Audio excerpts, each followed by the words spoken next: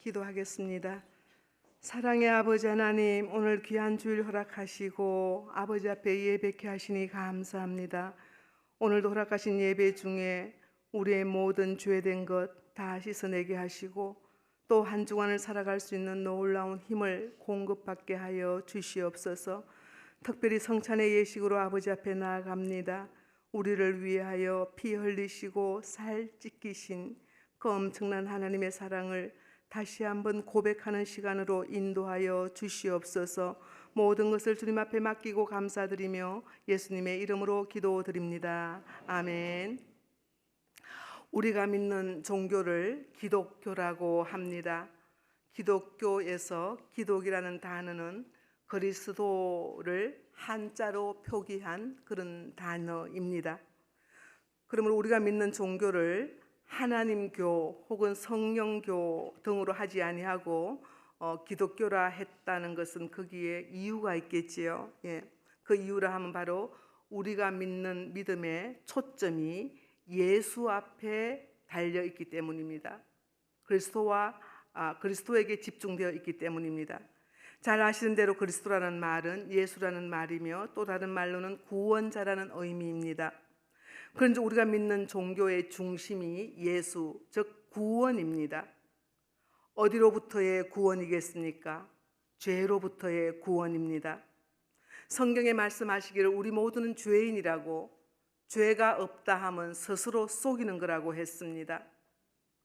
그래서 오늘도 이 죄에서 건짐을 받은 선언의 말씀을 로마서 8장 1절에서 2절에 상세하게 구체적으로 강하게 말씀하고 있습니다. 제가 이 말씀을 읽겠습니다. 그러므로 이제 그리스도 예수 안에 있는 자에게는 결코 정죄함이 없나니 이는 그리스도 예수 안에 있는 생명의 성령의 법이 죄와 사망의 법에서 너를 해방하였음이라. 아멘. 이 말씀이 바로 구원이라는 말씀입니다. 그리고 오늘 함께 봉독한 말씀에서는 구원받은 자, 즉 그리스도 예수 안에 있는 자에게는 놀라운 삶의 권세가 있음을 구체적으로 우리에게 확신시켜 주시고 보증해 주고 계십니다. 오늘 말씀을 4가지로 정리하면서 우리에게 주신 놀라운 삶의 권세가 어떤 것이 있는지를 살펴보고자 합니다. 첫째는 하나님께서 우리를 위하시면 누가 우리를 대적하리요 라고 말합니다. 여기서 우리를 위하신다는 이 말씀은 우리 편이다 이 말씀입니다. 하나님이 내 편이다 이 말씀입니다. 우리가 운동 경기나 게임 같은 걸 할 때도 그 분야에 능한 사람이 내 편이 되면은 승리가 금방 내 것이 된 것처럼 막 좋아하잖아요. 그런데 바로 하나님께서 천지 만물을 창조하신 그 놀라운 권세자이신 하나님이 내 편이 되심으로 인하여서 아무도 우리를 대적할 수 없다고 선포해 주시는 것입니다. 두 번째는 자기 아들을 아끼지 아니하시고 우리 모든 사람을 위해서 내주신 이가 어찌 그 아들과 함께 모든 것을 우리에게 주시지 않겠느냐고 반문합니다. 세상에 너무 우리가 좋아하는 돈이 있습니다마는 아무리 돈이 좋다 할지라도 자식보다 귀하겠습니까? 언젠가 한참 된 일입니다마는 어떤 가정에 돈이 좀 많이 있는 집인데 자녀에게 마음 쓸 일이 있었습니다. 그 부모가 하는 말이 이 돈 다 가지고 가고라도 내 자녀 온전하게 해주면 나는 그렇게 하겠다 그러더라고요. 부모에게는 자식이 가장 귀한 것입니다. 그러다 보니 그 많은 돈도 자식하고는 비교할 바 없는 그런 거. 또 우리가 좋아하는 명예도 있습니다마는 아무리 그 명예가 좋다 하지만 자식하고 바꾸겠습니까? 오늘 하나님께서는 유일하신 아들 예수 그리스도 그 자식까지 우리를 위하여 내주신 분이 무엇을 감추고 우리에게 주시지 않겠냐는 말입니다. 구원받은 우리에게는 모든 것을 주시는 하나님께서 모든 것을 채워주심으로 말미암아 부족함이 없는 인생을 산다는 것입니다. 혹시라도 여러분들 중에 나 이거 부족한데요, 요즘 이거 부족한데요 라고 생각하시거나 말씀하실 분이 있다고 생각합니다. 그러나 저는 아주 단정적으로 강하게 말씀드리고 싶습니다. 혹시라도 부족함을 느끼고 있다면 그 속에서 하나님께서 자족을 배우라고 말씀하시는 소리를 들으셔야 됩니다. 아니면 더 많이 하나님을 신뢰함으로 말미암아 그 부족함을 채워내는 은혜를 경험하기를 원하실 겁니다. 근본적으로는 오늘 말씀에서 선포하신 것처럼 아들까지 아끼지 아니하고 주신 그분 때문에 우리에게는 부족함이 하나도 없다는 것입니다. 세 번째는 누가 능히 하나님께서 택하신 자들을 고발하며 정죄하겠느냐 합니다. 어이롭다 하시니가 오직 하나님이신데 누가 감히 정죄하겠느냐 이 말씀입니다. 구원받았다 함은 어이롭다 함을 입었다는 선포입니다. 예수 그리스도가 내 죄 때문에 돌아가셨다는 것을 믿음으로 받음으로 인하여서, 분명히 예수님은 우리를 위해 돌아가셨지만 이것을 못 믿는 사람이 세상에 얼마나 많습니까? 그러나 우리는 그것을 믿음으로 받았습니다. 믿음으로 받은 자에게는 어이롭다함을 선포받는다 이 말씀입니다. 그래서 신학적인 용어로 이신칭의라고 합니다. 세상 만물을 주관하시는 권세자 하나님께서 우리를 의롭다 하셨으므로 세상 그 누구도 우리를 향하여 너 죄인이야 라고 고발하거나 정죄하지 못한다는 말씀입니다. 우리가 얼마나 자유로운 존재가 되었습니까? 레위기 26장에 이런 말씀이 나옵니다. 애굽 땅에서 엄청 고생하던 이스라엘 백성들을 하나님께서는 가지각색의 이적으로 끌어내셨습니다. 출애굽시키신 것입니다. 그리고 그들에게 지켜야 될 하나님의 명령을 이야기하는 과정 속에 하나님께서는 내가 너를 애굽에서 끌어냈다고, 나는 너의 하나님이고 너는 내 백성이라고 이 말씀하신 다음에 하나님께서 택한 이스라엘 백성, 즉 구원해낸 이스라엘 백성을 향하여서 똑바로 서서 걸으라고 말합니다.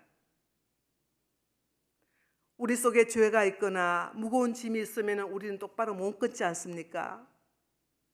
마음이 위축되기도 하고 몸이 위축되기도 하고. 그러나 하나님의 놀라운 은혜로 말미암아 구원받은 그 백성에게는 똑바로 서서 걸으라고 그럽니다.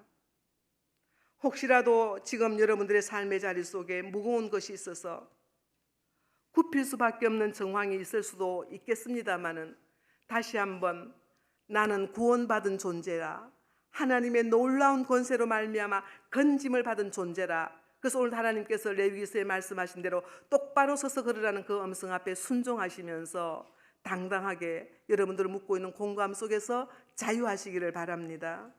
네 번째는 그 누구도 그 어떤 것도 그리스도 사랑에서 우리를 끊을 수 없다고 말씀하십니다. 환난, 곤고, 박해, 기근, 적신, 위험, 칼 등을 성경 말씀에서 오늘 언급하고 있습니다. 이런 단어들은 우리가 구사해낼 수 있는 모든 부정적인 삶의 정황을 이야기합니다. 그러면서 한 예로 36절의 말씀에 우리가 종일 주를 위하여 죽임을 당하게 되며 도살당할 양같이 여김을 받았도다. 극도의 곤고함을 이야기합니다. 여러분들 혹시 양이 숨져가는 정황을 본 적이 있는지 모르겠습니다. 양이 잡히기 전에는 엄청 세가지고 안 잡히려고 몸부림을 칩니다. 양 잡는데 시간이 엄청 걸립니다. 이건 제가 봤습니다. 몽골 가서 잡았습니다. 잡아가지고 이제 그 목숨을 끊고 사람이 먹을 음식을 만들어야 되잖아요. 목숨이 끊어야 되는 그 순간에 양은 꼼짝도 안 하고 있습니다. 한치의 미동도 없습니다. 얼마나 그 모습이 정말 말로 표현할 수 없는 감정이 없는데, 그래도 또 고기는 먹기는 먹었습니다만은 오늘 이 36절의 말씀은 극도의 고난을 이야기합니다. 극도의 고난. 이제 안 잡히려고 막 몸부림치지만 잡혔잖아요. 그때는 꼼짝을 못할 정도로 도살당할 양같이 꼼짝을 못하고 엄짝달싹을 못할 정도의 상황을 말합니다. 그러나 그런 모든 일에도 우리를 사랑하시는 이로 말미암아 우리가 넉넉히 이겼다고 말합니다. 여기서 넉넉히라는 말은 우리가 스포츠 경기 중에서 스케이팅을 생각하시면 좋겠어요. 네, 스케이팅을 이게 경기를 보면은 0.0 몇 초까지도 끊기잖아, 그지요? 1등과 2등 차이요, 등수 차이가. 그러나 여기서 말한 넉넉함이라는 것은 1등과 2등 사이에 많은 시간적인 간격이 있음을 말합니다. 뭐 2초, 3초 뭐 이런 정도로. 예. 그러니까 우리가 아무리 심각한 고난을 당한다 할지라도 우리를 사랑하시는 그 하나님으로 말미암아 간신히 이기는 것이 아니라 넉넉히 이긴다고 말씀하십니다. 38절의 말씀에서부터 39절 전반부에 이런 말씀이 나옵니다.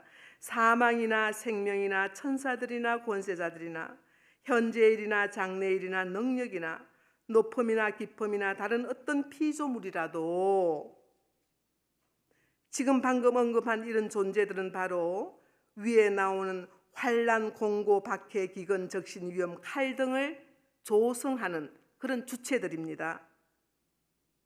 부정적인 삶의 환경을 조성하는 이런 악한 것들도 우리 주 예수 그리스도 안에 있는 하나님의 사랑에서 절대로 우리를 끊을 수 없다고 다시 한번 강하게 강조하고 있는 것입니다. 이사야서 49장에 이런 말씀이 있습니다. 여인이 어찌 그 젖먹는 자식을 잊겠느냐 그럽니다. 이 땅에 사람에게 주신 가장 큰 힘은 모성애라고 하지 않습니까? 자식이 중학생도 아니고 대학생도 아니고 젖먹는 자식을 이야기합니다. 여인이 그 젖먹는 자식을 어찌 잊겠느냐? 못 잊죠. 예, 못 잊습니다. 그러나 혹시라도 가끔 여러분들이 가끔 보지 않습니까? 비정한 모성 뭐 이런 거 그죠? 아주 가끔이지만 그런 가끔의 모습 속에서 젖먹는 아기를 버리는 엄마 같은 사람이 있을 수도 있지만은 하나님께서 나는 절대로 너희를 잊지 않겠다 그러십니다. 그처럼 강력하게 우리를 붙들어 주시겠다는 하나님의 약속이십니다. 우리를 위하여 유일하신 아들 예수 그리스도를 내주시기까지 하신 그 놀라운 하나님의 사랑이 구원받은 백성들로 하여금 세상을 능히 이겨낼 그 어떤 것들도 우리를 넘어뜨리지 못할, 그래서 넉넉히 이겨낼 그런 힘을 주신다는 말씀이 바로 이 말씀입니다. 다시 한번 오늘 함께 읽은 본 말씀, 지금까지 말씀드린 것을 다시 한번 정리하여서 마무리를 합니다. 우리는 죽을 수밖에 없는 무거운 죄에서 구원받은 존재입니다. 우리의 공로가 아니라 하나님의 일방적인 사랑으로 말미암는 선물로 구원을 받은 그런 존재들입니다. 구원받은 우리에게는 놀라운 특권이 있습니다. 하나님께서 늘 우리를 위하심으로, 즉 우리 편이 되심으로 말미암아 그 어떤 악한 세력도 우리를 대적할 수 없다는 것, 전능하신 하나님의 안보하심을 받는 삶을 산다는 것입니다. 자신의 유일하신 아들까지 우리를 위해 내주셨기 때문에 우리에게 주시지 못할 것이 하나도 없기 때문에 우리는 늘 충분한 인생을, 부유한 인생을 산다는 것입니다. 하나님께서 구원을 통해서 우리를 의롭다 하셨으므로 그 누구도 우리를 향하여 손가락질하면서 고발하거나 정죄할 수 없다는 것입니다. 얼마나 우리가 자유로우며 얼마나 존귀한 존재인지 알려주시는 말씀입니다. 세상 그 어떤 것도 그 누구도 우리를 하나님의 사랑에서 절대로 끊을 수 없기에 우리의 삶의 자리가 아무리 공고하다 할지라도 도살당하는 것과 같은 양처럼 옴짝달싹도 못할 정도의 그런 막판에 이르렀다 할지라도 반드시 하나님의 사랑으로 말미암아 그 위기를 넉넉히 이겨내는 인생을 산다는 것입니다. 이 놀라운 하나님의 사랑을 늘 가슴에 품고 감사하시면서 이 세상을 승리하시는 우리 모두의 삶이 되시기를 간절히 기원합니다. 아멘. 기도하겠습니다. 살아계신 아버지 하나님, 세상이 너무 힘들다고, 너무 곤고하다고, 너무 무겁다고 말들 합니다. 육신의 눈으로 보면 그럴 수밖에 없습니다.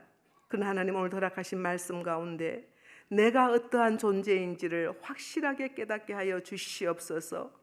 피로 값주고 산 너무너무 존귀한 존재인지라 그 하나님의 사랑으로 말미암아 세상 그 어떤 것들로 인하여서 우리가 넘어질 수 없는 존재라는 것입니다.